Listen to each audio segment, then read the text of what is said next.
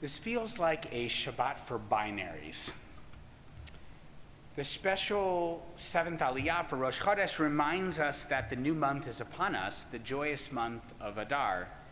And the new moon is all about the binary of what Rabbi Yishmael calls klal ufrat, general and specific.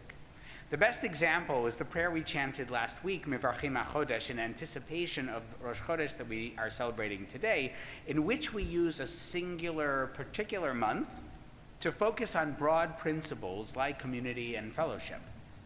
One month, any month, becomes an opportunity to take stock of our entire lives.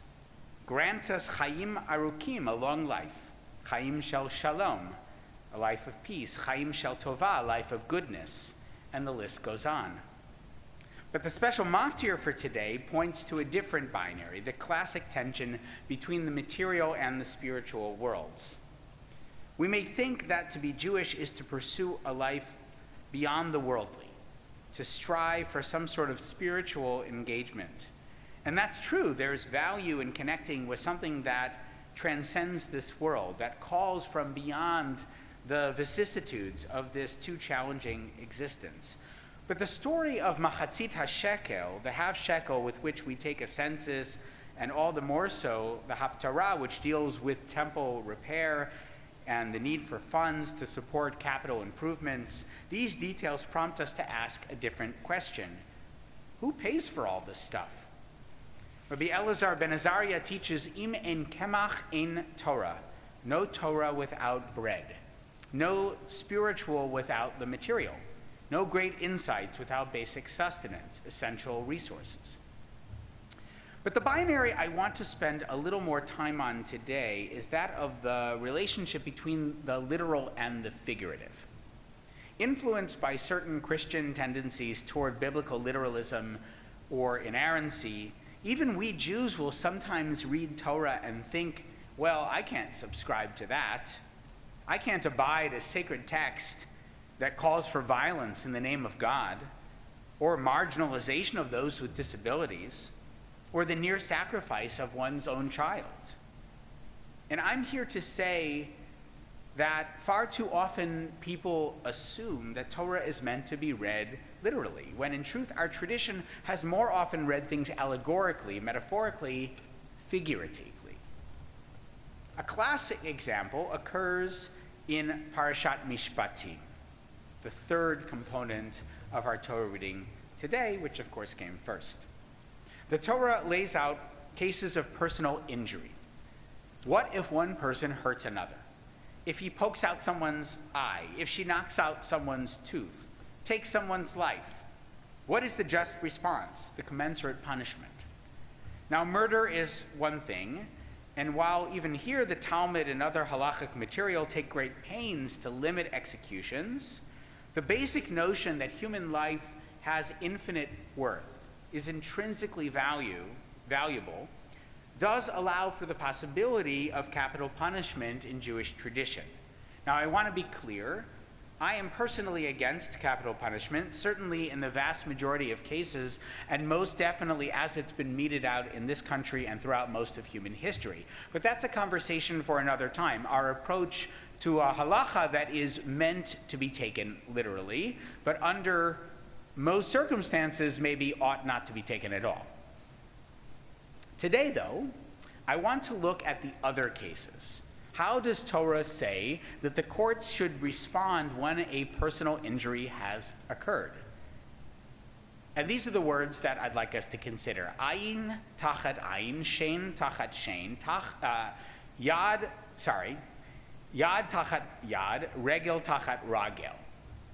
Eye for an eye, tooth for a tooth, hand for a hand, foot for a foot. Kviya tachat kviya, petza tachat patza.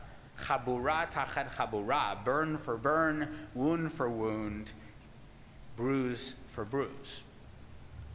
Now this is ostensibly the same as Hammurabi's famous code from the 18th century before the Common Era. But here's the thing. This is not what Torah means. The sages and many scholars believe that when the Torah says eye for an eye, ayin tachat ayin, It is trying to make a point about the seriousness of personal injury. If indeed each one of us is created b'tselem Elohim, in the image of God, then we in our fullness, including our bodies, have value.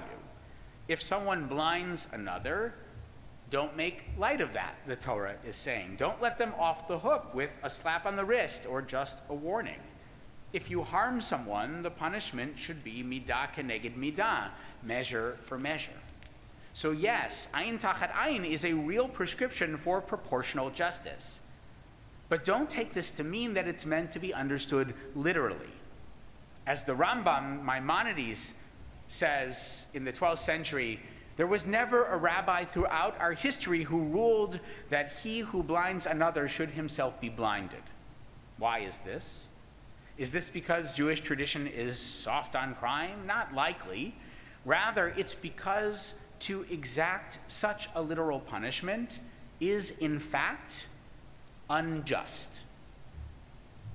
This was actually the very first Talmud I ever learned in a systematic way with my teacher, Rabbi Elliot Dorff, who was with us recently for my 10th anniversary celebration here. It's the subject of chapter 8 of Masechet Bava Kama from the Babylonian Talmud. I won't take you through all of it, of course, nor even most of it.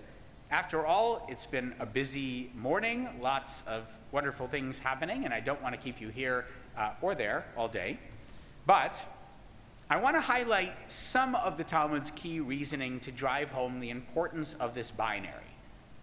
That literality is often not the normative way in which we Jews read Torah.